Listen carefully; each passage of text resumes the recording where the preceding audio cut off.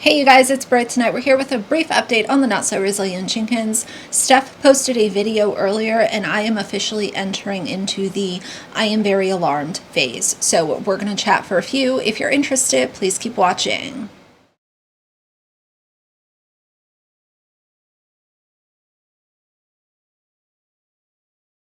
Alright you guys, so she went live over on YouTube. I believe this was earlier today. And Steph does this thing where she can say a whole bunch of stuff and it's just a word salad of nonsense. And she did that in this video, but a few of the things that she said are pointing in the direction of what I said recently, and that was my assumption is that they are going to go on the run with their kids. So let's watch the video. It's a little longer than, kind of your typical TikTok, obviously, because it was a live stream, but we're going to react to it together. Pay close attention to the kind of foundation that she's building in this video, and I will drop my opinions throughout. So let's start at the top. I'm not even going to wait for people to jump on. I'm just going to start talking about what I jumped on here to speak about. And really, I just wanted to say that I've mentioned this before. I was an introvert most of my life. Always have been someone that just kind of preferred to keep to myself. And any connections I did make, it just always seemed like there was... As far as her saying that she's an introvert, I can kind of relate to that. And some people, have said before, oh, well, if you're a real introvert, you don't get on social media and make videos. I consider myself an introvert. Talking to a camera is different than interacting with people, especially a lot of people in real life. So I don't automatically sit on the side of, oh, well, if you're an introvert, then you don't post videos on social media. I think that she specifically might be an introvert who is very combative, because let's be fair, she's very combative. But I think that she saw the money that could come along with social media, and that's what drove her to make content. It wasn't to connect with people or share her day-to-day life or what they have going on. It was simply chasing the dollar. That's all that it came down to. And she was going to utilize her children as a way to grift. And here we are, but let's keep going. Some kind of communication, I don't know. I don't want to say problems, but it just seems like sometimes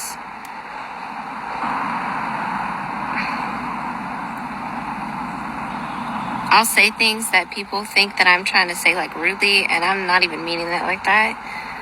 And I just feel like, okay, that's an exhausting communication barrier between me and that person, and it just feels like, okay, never mind. I'd rather not, I'm trying to say this, but this is just even awkward for me to talk. For her, I have always seen her as a very combative person. She is not somebody who approaches negative feedback in a way to have a conversation with people and address concerns that she published. She is the type to say, I'm going to post this, and if you don't like it, then you're the bad one. You're the one that needs to reflect. You're the one that needs to do some self-discovery. It's never kind of a two-way conversation.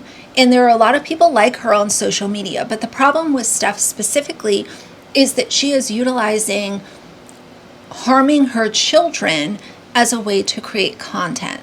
And she calls it being authentic, da-da-da. But let's never forget the number one argument from day one has been get a job. Why are both of the adults not working? And we have heard every excuse under the sun, A to Z, 1 to a million. And here we are, literally many months later, still not working and trying to say that, oh, I'm just this like shy girl and I don't mean to come off mean. She is one of the most combative people that I have covered as of lately on my channel. She's up there with like Gypsy Rose Blanchard. I'm also finding that sometimes I just need to, sometimes I just need to sit and take a second and breathe before I start talking about it, is because certain things give me anxiety, you know? That was very long. Do things that give you anxiety include having a job, working, maybe, figuring out how you're going to make money outside of exploiting your children, what you're going to do to get them out of the shelter? Is that what gives you anxiety? Because I see that those are the things that you avoid, as if it's your full-time job. I remember a few months ago when they were facing their eviction, somebody left her a comment that lives in her area, and I might have screenshotted it. I don't know if I ever shared it in a video, and I don't even know where to find it anymore. But somebody offered her a job, and they worked at a local, I think it was a grocery store, and they said, hey, we would love to have you work for our company. Please contact me so that we can talk about this. And I know for a fact if there's one, there's many opportunities for either her or Drew to have gotten a job. How many people can you say literally get a job like dropped in their lap because of TikTok? I don't know if that was just a one train. What do you call it? Whatever. Anyways.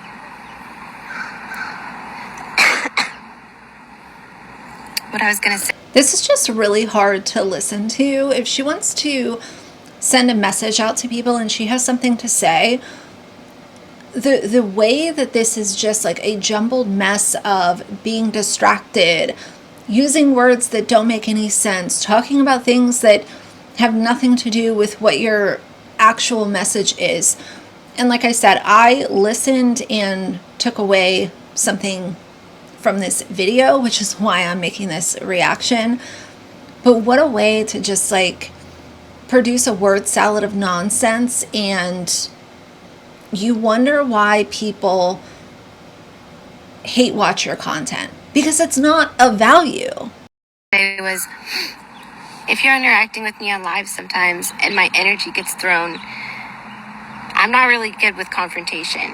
It just makes me anxious. And sometimes when I feel like someone's coming at me with like this energy of accusing me of something that I'm not even doing, it just makes me feel anxious. And it brings out an energy in me that I'm really trying to not even keep doing. I'm trying to grow and heal and be a better person. So by accusing, do you mean the basic fact that you and Drew are both bums, the basic fact that you're both bad parents, the basic fact that Drew has neglected and tried to run from his responsibilities as a father to other children? Because for me, an accusation is something that doesn't have a lot of fact behind it. But everything that I've seen, at least the things that I've reported on, are backed up with literal proof and evidence. Like the fact that you used Milo, the way that you have neglected care for not only cats, but also your own children. So let's stop using the word accusations, and let's admit that you simply don't like the fact that you have exposed yourself through your own content. I am a firm believer that Steph early on thought that she was going to come onto social media and share videos that she made. And I think that she was fully convinced that she was going to get the pity me card. And everybody that came across her content would feel bad and basically help them get into a larger house. I truly, truly believe that that was her frame of mind, that she was just going to have a bunch of people feel sorry for her. And I'm taking everybody along on the journey because I want to be a transparent, honest person. I hate all these like fake content creators that just want to be like, hey, I'm fake perfect, and I am not perfect. And I may say things that I don't mean to even be offensive, and I'm sorry. Like, or just like on my live at TikTok this morning, when I called out someone I thought was another creator, and I apologized because it wasn't her, but I just felt like, okay, that exhibits an energy I'm really not trying to put out. I'm not trying to be that rude person. So you called out someone in your TikTok live that you thought was a creator that it actually wasn't. What happened to, I don't give a frick what y'all think about me. I don't give a hoo-ha what y'all think about me. What happened to that? And by the way, where's the accent? We don't have any accent in this video.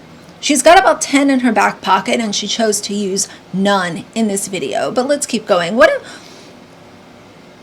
a mess.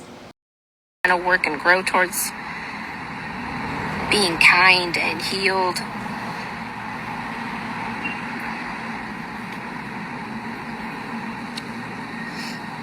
Anyways, so I'm not gonna keep addressing hateful stuff, and unless, like I said, sometimes I feel there's certain things God's asking me to speak on, and I'm gonna do that. But there may be days where I'm just like, I'm not gonna post. Did God ask you to get off your lazy ass and get a job? Did God ask you to leave Drew if he didn't get off his ass and get a job? Did God ask you to do better for your children? Did God ask you to stop exploiting them? And did God ask you to abuse cats? Like what? Anything, because today I feel like I just need to focus on getting back to my healing self, and that made me just being quiet for a little bit. Anyways, I wasn't really coming on here to interact with you. So that's exactly where she starts this narrative that for me, my ears perked up, and I think this is laying the foundation for her to go quiet for numerous days so that they can go on the run with their kids. Dee's mother, Drew's son, she has a visit that should be happening on Sunday. The fact that she went live and said this just a few days before that scheduled visit is supposed to happen, combined with the fact that we know that Drew has not been responding to her text messages, not allowed to FaceTime with her son, whom she's about to hopefully see, which at this point it seems like something else is going to happen. I just think timing is everything, and as always, Steph gives herself away with the things that she shares. Talk about being transparent. Sometimes you're transparent and it ends up biting you in the ass because we see exactly what you're trying to build. Now it's going to be, oh, well, I'm overwhelmed. I'm anxious. I can't, I'm not going to post for a few days. But for me, them not posting equates to evading the law, evading what they should be doing. Many people, because sometimes that just gets overwhelming. I do really appreciate the positivity, though, that from the supporters, and I just feel like recently lives have been like kind of the easiest way to just put something out there, because most people are going to be like, hey, I screen recorded her live and this and that, so it gets shared anyways. And sometimes I don't have the time to sit there and make a video or put a voiceover on a video and edit something because I'm with the kids, and so I'm gonna pop up on a live, make a quick live video and put it out there. And like I said, if I was trained to... So in other words, I'm going to randomly go live every few days, but I'm not going to be showing y'all, the background. I'm not going to be filming the normal style content because a quick live with her sitting in a stationary position will hide where they are. But at this point, they're so well known, you can't hide. Like the Jenkins cannot hide. That's just not going to work out in their favor. And the other thing I want to say, and I'm going to kind of let the end of this video roll, but how scary and traumatic is it if they are planning on going on the run with these kids? Talk about creating more trauma. All of the damage that you've already done, housing insecurities, showing them exactly what not to be, and then if you take them on the run, like what is that showing these children aside from creating more trauma? and more having to be scared. Hide, like, oh, she seems, I don't care. Whatever opinion. I'm not hiding from anybody. I'm not trying to be a fake person. I'm just awkward. I stutter. I have a hard time talking. And also consider this. I've been home for the past 3 years because I was also home right before, pretty much right after me and Drew got together. I started staying home, and I don't have any mom friends. I communicate with people online, but that's about it. You probably don't have any mom friends because you're a miserable witch, and every other person that comes in contact with you sees who you are and wants nothing to do with you. And she's called it before, oh, I'm an alpha female, and my energy is too much for some people. No, people just don't like you because you're just a bad parent and an overall bad individual. Drew's really the only person adult-wise that I talk to, so I feel like I've lost a ton of my communication skills, a ton of just being able to keep conversation and ramble a full paragraph. It's where did that even go?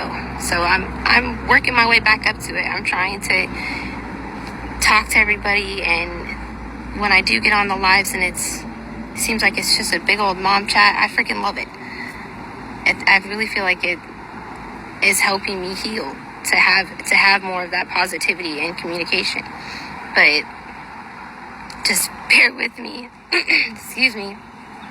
Just bear with me while it's kind of awkward, and there may be times where somebody doesn't even mean to say something. This is one of two things. Either she is just dumb as a box of rocks and throwing out this word salad with hints that she didn't plan to publish, or she is severely under the influence and this is just a word salad that was fueled by that. It's one or the other.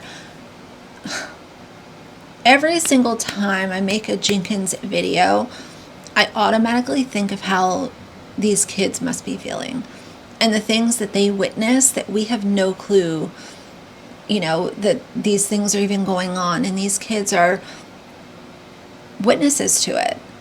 I'm like, oh, and I'm triggered by it. It's just me working through, I don't know. That's communication for me again. I don't know how to explain that.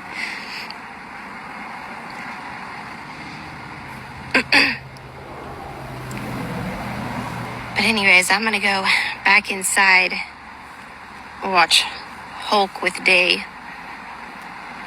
and then probably get some dinner started. I really hope everyone's having a great night. And next time I hop on, it'll be to actually communicate with everybody. But I just really wanted to just put that out there.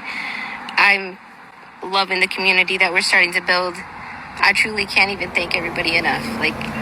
The supporters that are in my DMs and my comments, just everybody, the way that you guys support, you're amazing. And it really does boost us up and keep us going. So I hope everyone's having a great night. And I'll see you guys next time. I want to know who is actually supporting Steph and Drew. The people that are at this point still on their side and agreeing and encouraging this. I mean, man, are y'all missing a part of your soul? What is going on if you consume this and think that it's worth a kind DM to Steph or Drew? Before I close this out, I want to go over some of her favorite words in this word salad. Communication, authentic, interacting, energy, accusing, anxious, transparent, honest, fake, healed, healing, hateful, positivity, triggered, and supporters. I mean, I can't make a lot of sense of this, but I do think that she unintentionally told everybody that they are about to go silent and go on the run with their kids. Of course, that is just a prediction. I hope it doesn't happen. But the timing of everything and knowing that Dee's mom is supposed to be spending Sunday with him, I'm just kind of reading between the lines and giving y'all kind of my thoughts, but I can't wait to see what you'll have to say. So for now, if you like the video, please leave a like and a comment. And if you'd like to see more from me in the future, please subscribe. I'll see you guys soon. Bye.